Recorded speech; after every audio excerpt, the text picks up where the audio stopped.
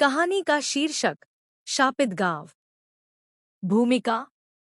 भारत के एक सुदूर इलाके में स्थित था एक गांव, कर्णापुरा। चारों ओर घने जंगलों और पहाड़ियों से घिरा यह गांव देखने में सुंदर था, लेकिन इसकी हवा में हमेशा एक अजीब सा सन्नाटा पसरा रहता था। यहाँ रात में कोई बाहर नहीं निकलता था और सूर्यास्त होते ही हर दरवाजा अंदर से बंद हो जाता था। इस गांव के बारे में कई डरावनी कहानियां प्रचलित थी, लेकिन सबसे ज्यादा प्रसिद्ध कहानी थी निशाचर का श्राप। कहते थे कि कई साल पहले गांव में कुछ ऐसा हुआ था जिससे यह जगह हमेशा के लिए शापित हो गई। पहला अध्याय, अजनबी की दस्तक। वर्ष 2023 की बात है। सुमित नाम का एक युवा पत्रकार अपने 3 साथियों, रीमा फोटोग्राफर, अजय वीडियोग्राफर और विक्रम ड्राइवर के साथ इस गांव की सच्चाई जानने के लिए यहां आया। वे दिन के समय गांव पहुंचे और देखा कि यह जगह सुनसान थी। गांव के लोग उन्हें अजीब निगाहों से देख रहे थे, जैसे कि वे अनचाहे मेहमान हों। तुम लोग यहाँ क्यों आए हो? एक बुजुर्ग आदमी, पंडित रामलाल, कापती आवाज में बोले। यहाँ बाहरियों का आना अच्छा नहीं होता। सुमित ने मुस्कुराकर जवाब दिया, हम केवल गांव के इतिहास और यहाँ की कहानियों के बारे में जानना चाहते हैं। रामलाल ने गहरी सांस ली और बोले, अगर जानना ही है तो रात में बाहर मत निकलना, नहीं तो तुम कभी वापस नहीं जा पाओगे। उनकी बात सुनकर सभी के चेहरे पर हल्की घबराहट दिखी, लेकिन सुमित ने इसे अंधविश्वास मानकर नजरअंदाज कर दिया। दूसरा अध्याय, अजीब घटनाएं शुरू। रात को वे लोग गांव के एक पुराने मकान में ठहरे। जैसे ही घड़ी रात के 12 बजे, हवाओं में अजीब सी सरसराहट शुरू हो गई। अजय ने अपने कैमरे से तस्वीरें खींचनी शुरू की, लेकिन जब उसने तस्वीरें देखीं, तो उसकी आंखें फटी की फटी रह गईं। कुछ तस्वीरों में धुंधली काली परछाइयां नजर आ रही थी। ये क्या है? अजय की आवाज कांप रही थी। तभी रीमा ने महसूस किया कि कोई उसके कंधे पर हाथ रख रहा है। वह झट से मुड़ी, लेकिन वहां कोई नहीं था।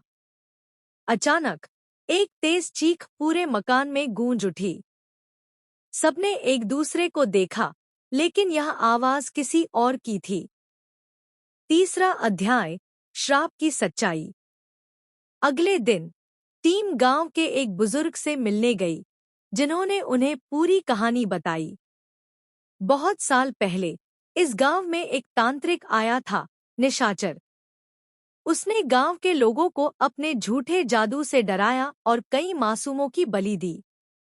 लेकिन जब गांव वालों ने उसका विरोध किया, तो उसने मरने से पहले इस गांव को श्राप दे दिया। तब से हर अमावस्या की रात वह तांत्रिक आत्मा बनकर गांव में आता है और जो भी बाहर दिखता है उसे अपने साथ ले जाता है। सुनकर टीम के रोंगटे खड़े हो गए। अगर यह सच है तो हमें इसे रिकॉर्ड करना चाहिए, सुमित ने कहा। उन्होंने तय किया कि वे अगली अमावस्या की रात गांव में रुककर सच्चाई का पता लगाएंगे। चौथा अध्याय, मृत्यु का साया। रात हुई। अंधेरा घना था। घड़ी ने 12 बजाए। हवाएं शांत हो गईं, अचानक बहुत ज्यादा शांत। तभी दूर से किसी के हंसने की आवाज आई। यह आवाज किसी इंसान की नहीं थी। अजय ने कैमरा ऑन किया, लेकिन स्क्रीन में अचानक ही ब्लैकआउट हो गया। रीमा ने घबराकर इधर-उधर देखा, एक छायादार आकृति उनके पास आ रही थी। उसकी लाल जलती हुई आंखें अंधेरे को चीर रही थी। भागो, विक्रम चिल्लाया, लेकिन तभी एक जोरदार झटका लगा और वह हवा में उठ गया। वह चिल्लाया, लेकिन अगले ही पल वह गायब हो चुका था। सुमित ने चिल्लाकर उसका नाम पुकारा, लेकिन अंधेरे में सिर्फ तांत्रिक की हंसी गूंज रही थी। अंतिम अध्याय, रहस्य का अंत या नई शुरुआत। सुबह हुई। गांव वालों ने देखा कि मकान खाली था। वहां सिर्फ एक कैमरा पड़ा था जिसमें आखिरी फुटेज था। एक काले साये ने विक्रम को पकड़ रखा था। वह छटपटा रहा था और फिर अचानक वीडियो ब्लर हो गया। गांव के लोग अब भी इस घटना को याद करके सिहर उठते हैं। कहते हैं कि अब भी जब अमावस्या की रात होती है तो हवाओं में वही तांत्रिक की हंसी गूंजती है और जो भी गांव में रुकता है वो कभी वापस नहीं आता। समाप्त। कहानी का शीर्षक शापित गांव भाग 2 इंच। भूमिका। कर्णापुरा गांव की डरावनी कहानी खत्म नहीं हुई थी। पत्रकार सुमित, फोटोग्राफर रीमा, वीडियोग्राफर अजय और ड्राइवर विक्रम, ये सभी उस रात के बाद गायब हो गए थे। लेकिन कुछ दिनों बाद एक अजनबी व्यक्ति गांव में आया। उसका नाम था कबीर, जो एक पैरानॉर्मल इन्वेस्टिगेटर था। उसे इस गांव की घटनाओं के बारे में पता चला और उसने ठान लिया कि वह इस रहस्य से पर्दा उठाएगा। पहला अध्याय, कबीर की खोज। कबीर जब कर्णापुरा पहुंचा तो गांववालों ने उसे वहां से जाने की चेतावनी दी, लेकिन वह नहीं माना। मैं उन लोगों का पता लगाना चाहता हूं जो यहां से गायब हुए हैं, उसने कहा। पंडित रामलाल उसे गांव के पुराने मंदिर में ले गए और बोले, अगर तुम्हें सच जानना है तो इस किताब को पढ़ो।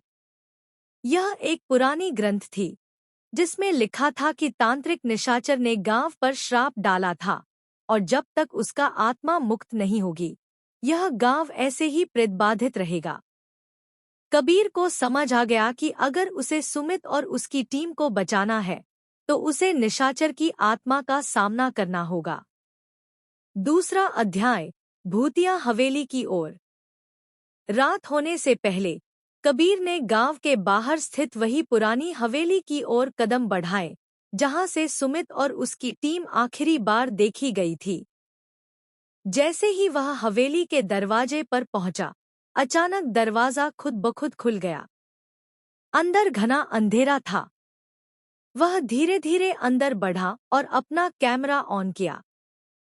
तभी उसने किसी की फुसफुसाहट सुनी, बचाओ, प्लीज, हमें बचाओ।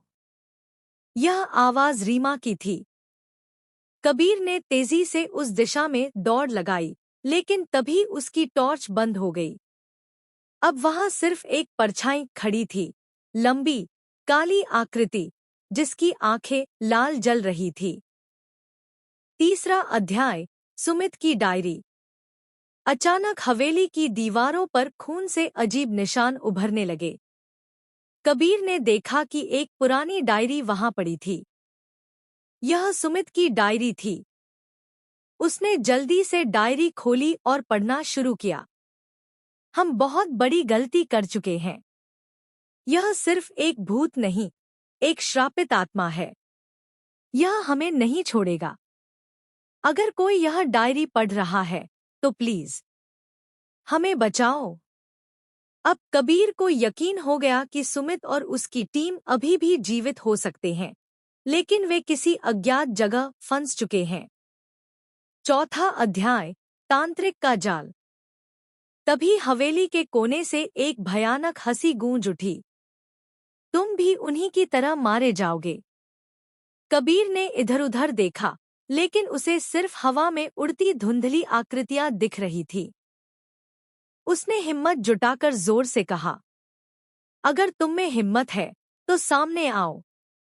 अचानक सामने एक दरवाजा खुल गया और कबीर ने देखा सुमित, रीमा और अजय जमीन पर बेहोश पड़े थे, लेकिन विक्रम वहां नहीं था। अंतिम अध्याय, श्राप का अंत। कबीर ने दौड़कर तीनों को उठाया। वे बहुत कमजोर थे लेकिन जिंदा थे।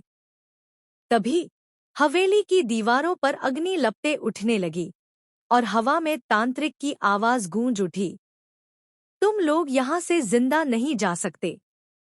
लेकिन कबीर तैयार था।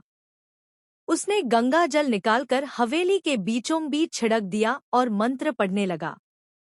अचानक जमीन हिलने लगी और हवेली की छत से एक काला धुआं निकलने लगा।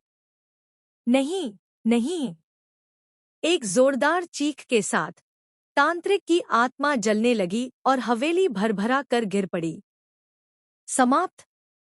कबीर, सुमित, रीमा और अजय किसी तरह गांव से बाहर निकल आए, लेकिन विक्रम का कोई पता नहीं चला। गांव के लोग कहते हैं कि अब गांव सुरक्षित है, लेकिन कभी-कभी रात को हवा में एक धीमी हंसी गूंजती है। समाप्त। कहानी का शीर्षक शापित गांव, अंतिम रहस्य। भूमिका कबीर, सुमित, रीमा और अजय किसी तरह कर्णापुरा गांव से बचकर बाहर निकल गए थे। उन्होंने तांत्रिक निशाचर की आत्मा को मुक्त कर दिया था, लेकिन विक्रम अब भी लापता था। गांव के लोग मान रहे थे कि अब श्राप खत्म हो चुका है, लेकिन कबीर को अंदर से अजीब सा महसूस हो रहा था। उसे लग रहा था कि कुछ अभी भी अधूरा है। पहला अध्याय, विक्रम की आवाज। एक रात जब कबीर अपने होटल के कमरे में था, उसके फोन पर एक अनजान नंबर से कॉल आया। कबीर, बचाओ, मैं अभी भी यहाँ हूँ। कबीर के होश उड़ गए। यह विक्रम की आवाज थी। विक्रम, तुम कहाँ हो? लेकिन फोन कट गया। अब कबीर को यकीन हो गया कि विक्रम मरा नहीं था, बल्कि वह किसी और ही दुनिया में फंस चुका था। दूसरा अध्याय, काली दुनिया का द्वार। कबीर ने गांव के पंडित रामलाल से मदद मांगी। रामलाल ने कहा, अगर विक्रम जिंदा है तो वह इस दुनिया में नहीं है। वह उस जगह पर है जहां आत्माएं भटकती हैं, मृतलोक। मृतलोक एक अंतर जगत था जहां वे आत्माएं रहती थी, जो अभी भी अपने श्राप से मुक्त नहीं हुई थी। तो मुझे वहां जाना होगा, कबीर ने कहा। रामलाल ने उसे एक तांत्रिक ग्रंथ दिया, जिसमें एक गुप्त गुफा का जिक्र था, मृतद्वार गुफा। अगर तुम इस गुफा में जाकर सही मंत्र पढ़ोगे तो तुम मृतलोक का द्वार खोल सकते हो। लेकिन याद रखना, अगर तुमने कोई गलती की तो तुम भी वहीं फंस जाओगे। तीसरा अध्याय, मृतलोक में प्रवेश। कबीर अकेले मृतद्वार गुफा की ओर निकला। यह गुफा गांव के पीछे एक पुराने श्मशान के पास स्थित थी। जैसे ही कबीर अंदर पहुंचा, एक भयंकर ठंड महसूस हुई। गुफा की दीवारों पर अजीब आकृतियां बनी हुई थी और हवा में किसी के फुसफुसाने की आवाज आ रही थी। उसने धीरे धीरे मंत्र पढ़ना शुरू किया। कालाय मृतलोकाय नमः। अचानक गुफा की जमीन दरकने लगी और एक काला भंवर उसके सामने खुल गया। कबीर ने बिना समय गंवाए छलांग लगा दी। चौथा अध्याय, मृतलोक का भयावह सच। जब कबीर ने आंखें खोलीं, तो वह एक अजीब जगह पर था। चारों ओर धुंध और सन्नाटा था। अचानक उसे एक परछाई दिखी। विक्रम। विक्रम वहां एक पुराने पेड़ से बंधा हुआ था और उसकी आंखें खाली और डरावनी लग रही थी।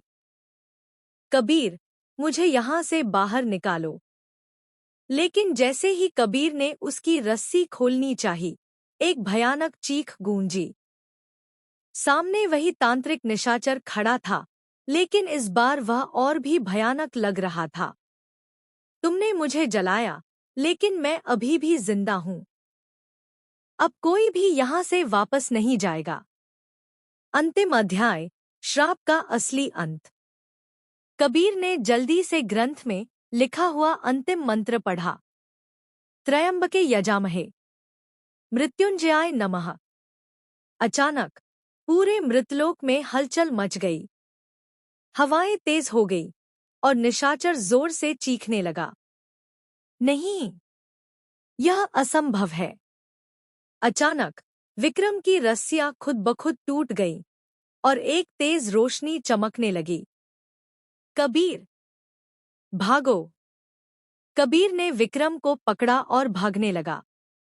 पीछे से पूरा मृतलोक हिलने लगा और चारों तरफ से काले साए चीखने लगे। हम बच सकते हैं, कबीर चिल्लाया और भंवर की ओर कूद पड़ा। समाप्त। कबीर और विक्रम ने आंखें खोलीं। वे फिर से गुफा के बाहर थे। गांव की हवा अब शांत थी। कोई अजीब आवाज नहीं थी। श्राप अब खत्म हो चुका था।